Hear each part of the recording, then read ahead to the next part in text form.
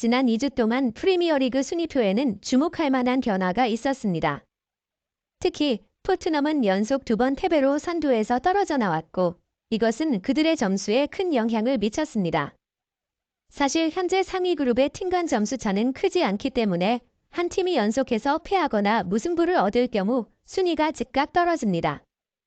토트넘은 에릭 다이어의 약점으로 인해 볼버햄프턴과의 경기에서 1대2로 패배했고 그는 마지막 5분 동안 2골을 허용했습니다. 로메로의 레드카드 피해와 반대벤의 부상으로 인해 토트넘은 큰 타격을 입었습니다. 주목할 만한 점은 에릭 다이어가 경기 내내 토트넘의 수비를 약화시켰고 볼버햄프턴에게 골을 넣을 기회를 쉽게 제공하였습니다. 볼버햄프턴은 기회를 종결하는 데 문제를 겪었지만 다이어가 부르는 코너킥으로 인해 토트넘의 골키퍼는 지속적인 위협에 노출되었습니다. 사망은 로메로, 수비수를 자주 보호하는 선수, 가 3경기 출장 금지 처분을 받아 더욱 악화되었고 이로 인해 토트넘은 효과적인 수비를 할 수 있는 선수를 잃었습니다. 최근 경기에서 벤 데이비스와 에머슨 로얄은 반드시 우수한 선수들은 아니었지만 그들이 수행해야 하는 역할에 최선을 다했습니다. 따라서 팬들은 그들을 비판하지 않았습니다. 그러나 상황은 에릭 다이어와는 완전히 달랐습니다. 그는 최근 경기 후에 비판의 중심이 되었습니다. 그의 수비 능력 부족과 필요한 노력을 기울이지 않은 것이 원인입니다. 능력이 없다면 최소한 노력을 해야 합니다. 그러나 다이어는 그렇게 하지 않았습니다. 그는 공이 지나갈 때 무관심하게 보이고 공을 막으려는 의향이 전혀 없었습니다. 그는 공을 피하려고만 했습니다. 반면에 벤 데이비스는 골키퍼를 보호하기 위해 슬라이딩 태클을 시도해야 했습니다. 데이비스는 전문적인 중앙 수비수는 아니지만 최선을 다해 노력했기 때문에 그의 플레이에 대해 불평하는 사람은 없었습니다. 지난 시즌에 다이어가 시작 라인업에 포함되었을 때 크리스티안 로메로는 열정적인 수비 스타일로 위험을 감수해야 했습니다. 다이어가 상대팀 선수들을 피하거나 회피하는 상황마다 로메로는 보호하려고 노력했고 이로 인해 그는 부상을 얻고 불필요한 카드를 받았습니다. 토트넘의 페페 사로와 쿨루세브스키는 불안정하게 플레이하고 때로는 팬들을 짜증나게 했습니다. 특히 사르는 아마도 그의 어린 나이 때문에 그의 폼이 크게 변동했습니다. 바수마는 시즌 초에 매우 좋았지만 성적은 점차 감소했습니다. 토트넘의 왼쪽 편은 가장 크게 변한 위치 중 하나였습니다. 리차를리슨과 솔로몬을 모두 시험해봤지만 솔로몬은 장기적인 부상으로 전체 시즌을 쉬었고 리차를리슨은 고관절 수술을 위해 입원했습니다. 대신에 브레넌 존슨이 탁월하게 잘했습니다. 그는 아직 매우 어립니다. 제임스 매디슨은 중앙 및 양쪽에서 선수들을 이끌었습니다. 매디슨은 그가 플레이할 때 불안정한 선수들과 함께 강한 미드필드 라인을 만들었습니다. 그러나 매디슨이 빠지면 토트넘의 미드필드는 무너집니다. 특히 토트넘의 중앙 선수들이 대부분 아직 어리고 경험이 많은 매디슨 같은 선수가 없을 때는 매우 헷갈리고 어려움을 겪습니다. 로메로의 부재로 필요한 수비를 구축하는 데 중요하고 매디슨의 부재로 공을 분배하고 기회를 창출하는 중심 역할이 없는 상황에서는 손흥민이 공격수로서 외로워집니다.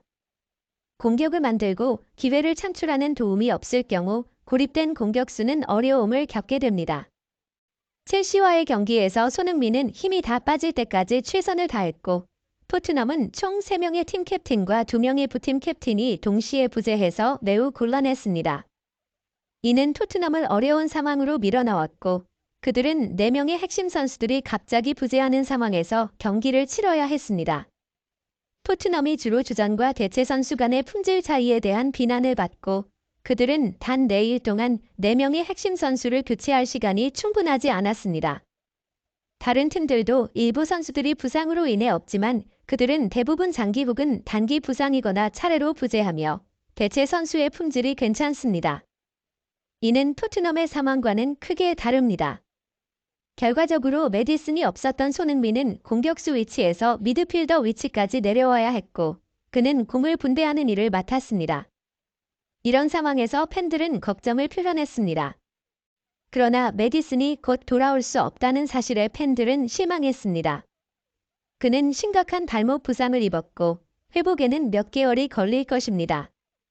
첼시와의 경기 후 메디슨의 부상에 대한 많은 의문이 제기되었습니다. 몇몇 팬들은 그가 경기 후에 스스로 걸을 수 있는 것을 본 적이 있습니다. 그들은 그의 부상이 심각하지 않다고 판단에 안도했지만 실제로 그는 회복을 위해 몇 개월을 투자해야 했습니다. 메디슨의 현재 상태에 대한 추정이 있습니다. 그는 경미한 부상을 이용해 국가팀 집중 훈련 중에 치료를 받는 동안 다이어와 함께 플레이하는 것을 피하고 있는 것일 수도 있다는 것입니다. 일부 사람들은 손흥민이 디스크 탈출로 인한 부상을 견뎌내면서 계속 경기에 참여한 것처럼 메디슨도 필요하다면 몸을 지킬 수 있다고 주장했습니다. 그러나 그는 완전한 회복을 위해 휴식을 선택한 것으로 보입니다. 호이비에르, 메디슨을 대신한 선수는 다이어의 결장을 채우기 위해 최선을 다하였지만 그의 불량한 플레이로 인해 심각한 비난을 받았습니다. 그는 비난받는 것보다는 경기에 참가하지 않는 것이 더 낫다고 결론을 내렸습니다. 다이어의 영향으로 인해 토트넘 전체에 음울한 기운이 느껴졌습니다. 프리미어리그 순위의 위치 경쟁은 매우 치열하며 이것은 무시할 수 없는 문제입니다. 토트넘의 운명은 어떻게 될까요? 손흥민과 황희찬의 활약에 비해 미토마 카오루는 이미 결함을 겪고 있다. 지난 6경기 동안 미토마 카오루는 아무런 공격적 요소도 제공하지 못하고 골든 부츠를 신을 수 있는 위치에서 멀어졌다. 그의 작업이 중단된 것은 아마도 볼이 그의 발에서 떨어지지 않음에도 불구하고 그가 형성한 공간에 대한 정확한 심적 그림이 더 이상 형성되지 않았기 때문으로 보입니다. 미토마 카오루는 일본 축구의 미래를 대표하는 유망한 사람들 중 한 명으로서 그는 프로페셔널 리그에서 데뷔하며 하나의 역사를 만들어 나가고 있다. 2020년에 가와사키 프론탈레로 데뷔해 첫 시즌 동안 5경기 연속 골을 넣는 화려한 데뷔를 선보였다. 그리고 그의 놀라운 성과는 2020 도쿄 올림픽에서 나타나 증명되었고 이에 따라 브라이튼으로부터 공식적인 관심을 받아올 수 있었다. 지난 시즌에는 빛나는 작품을 통해 그는 주목을 받았다. 이적 초기의 경기에서는 팀 내부에서 주전을 차지하는 데 있어 다소 어려움을 겪었지만 그레이엄 포터 감독 체제 아래에서는 확실하게 주목받지 못했다. 그럼에도 로베르토 데 제르비 감독이 부임하면서 미토마의 플레이 시간이 점차 늘어나게 되었다. 미토마 카오루는 프리미어리그에서 데뷔하자마자 7개의 골과 6개의 어시스트를 기록하여 조상들의 언어를 구사하는 선수가 그 결과를 달성했다는 점에서 단일 시즌 최다 골과 공격 포인트 기록을 갱신했다. 이와 같은 성과를 통해 그는 카가와 신지와 오카자키 신지의 과거 기록을 넘어섰다. 우리는 이 두 선수를 알게 되었다. 드리블이 장점인 그는 경기장에서 폭발력 있는 스피드를 선보이며 상대 선수를 허무하게 만든다. 기본 기술력이 뛰어난 그는 공과의 접촉이 단순하고 간결하며 몸의 밸런스를 잘 유지하여 낮은 자세로 드리블을 한다. 그의 눈부신 활약은 이번 시즌 피어로레의 팀 오브 더 시즌 TOTS 후보에 이름을 올려 선정되는 데 기여했다. 한편 브라이튼 팀은 지난 시즌 파스칼 그로스, 솔리마치, 에반 퍼거슨, 훌리오 엔시소 등과 함께 활약한 미토마 카오루의 도움으로 6위로 자리 잡았다. 자신들의 역사상 최초로 유럽축구연맹, UEFA, 유로파리그, UEL에 진출하는 성과를 달성했다.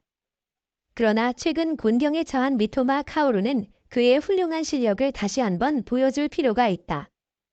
울버햄튼을 상대로 한 골 1도움의 성과를 냈고 본머스를 상대로 멀티골을 넣으며 올 시즌 6라운드까지 3골 3도움을 기록했다.